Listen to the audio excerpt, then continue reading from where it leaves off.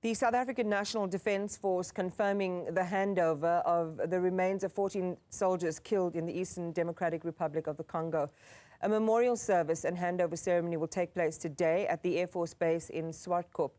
In honor of the fallen troops, President Cyril Ramaphosa has declared 7 days of mourning with the national flag flown at half-mast.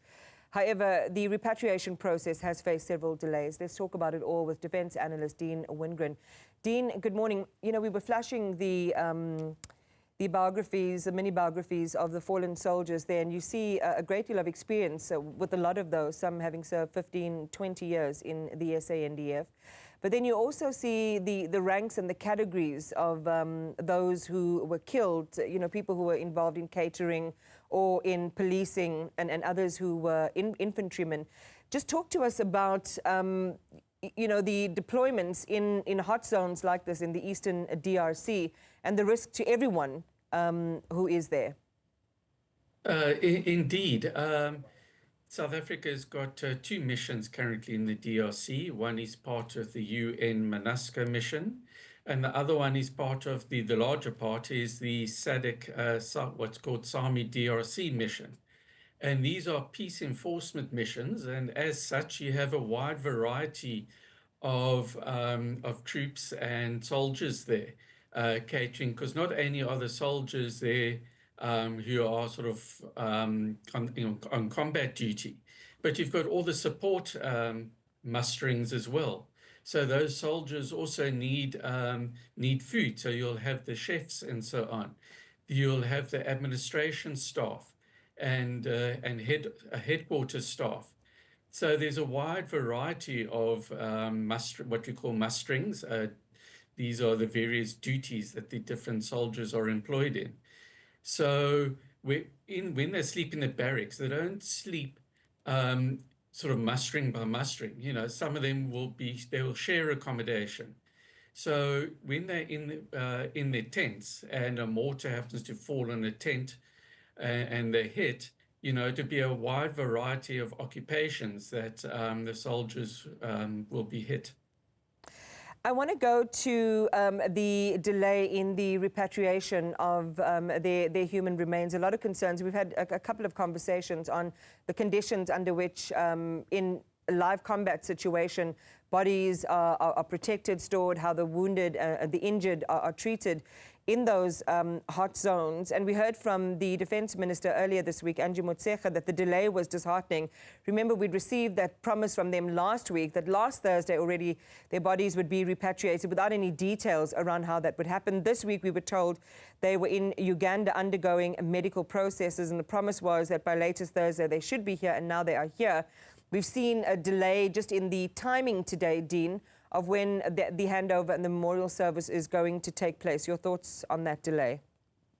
Yes, well, my first thoughts are with the families, because from what we understand, although the Defence Force has notified them of the passing of their loved ones, you know, they're not kept as up to date as what they would wish. And yes, it's understandable that, as you say, it's still a hot zone. Our troops are still surrounded by M23 and Rwandan soldiers. So it's very difficult to have got those troops, those fallen soldiers out of the immediate area. And a lot of negotiation had to take place. But once again, then the minister and the chief of the Defence Force should not have made promises to those families to tell them at least over a week ago that the families would be here the next day, that the families would be here in a few days' time. And even now, I think they're showing disrespect to the families by saying that the handing over of what they call the handing over the mortal remains would take place at 9 o'clock this morning. And after midnight, you know, came the formal sort of announcement that now the ceremony has been delayed until 6 o'clock this evening. And this is, I would think, it's actually quite insulting to the families. The president's diary is known well in advance, particularly there's a joint parliamentary session where he is to appear. And this should have been taken into account right at the initial planning for this event. So there we have it. And again, as you say, this moved deadline, hopefully it does happen as promised at that particular appointed hour later today. Dean, I want to go to the story that we heard about further deployments of South African troops to the DRC, 700 to 800 more troops, according to Reuters. Our reporter telling us a little bit earlier on, we haven't heard any official confirmation or official word really on this particular issue from the SANDF. And we heard from the first time when they appeared before the Parliamentary Portfolio Committee on Defence, the constant refrain amongst MPs was, we're not playing, you're not playing open cards. You're not telling us exactly what's going on. Despite the intelligence limitations, there are things you can tell us that you are not. And so again, to the point that you made earlier, that the information flow between the SANDF, the public and the families of those soldiers who are deployed isn't optimal.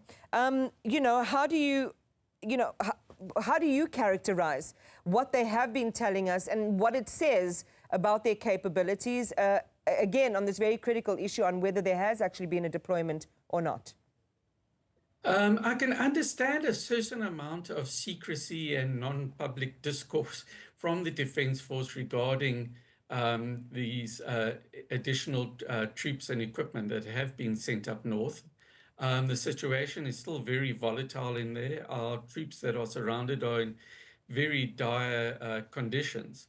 So you are required to have a certain amount of what we call OPSEC, or operational security, regarding any additional reinforcements that are sent there. But just on the whole, I think that the whole media response and public information that has come out of the Defence Force has been rather dismal. And I think they're sort of running around playing catch up, and they haven't quite caught up to the 21st century, where in these days of social media, where news, videos, comments come out instantly into the general public, you need to be proactive and, you know, actively attack, or not attack, but actively counter any disinformation that is coming into the public arena. Rwanda is very adept at this news manipulation and manipulation of public perceptions. And I think this, the South African National Defence Force has fallen behind in that aspect. And that is something that really does need to be looked into. And it's not something new either.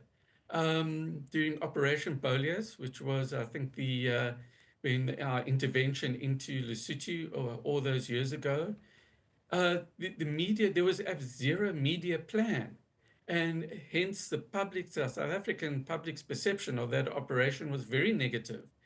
And in the aftermath of that, the Defence Force acknowledged that they needed to improve their media interaction. And it seems that those lessons have once again not been learnt and remembered. If we look at what Angie Motshekga, the minister, has said, Dean, she said that M23 enveloped our troops, launched an all-out attack. There was heavy shelling of the base and the ground stack. M23 contravened the Luanda and Nairobi processes. 9 days of heavy fighting there was, and our troops stood firm during that duration. Of course, then we saw fatalities and injuries. Now that our soldiers, those who died, have made it back to South Africa and their families can prepare for their burial, what about the injured soldiers? What do you make of the plan to extract those soldiers and give them care and treatment? Exactly, and I'm glad you brought up this point, because up to this time, there's been no actual mention of how many South Africans have been injured or exactly where those injured are located. I know some of them are in the main hospital in Goma, but there must be others still trapped within the camps of Sake and at Goma Airport. And there's been very little information coming from South Africa regarding that. And our troops are basically stuck there.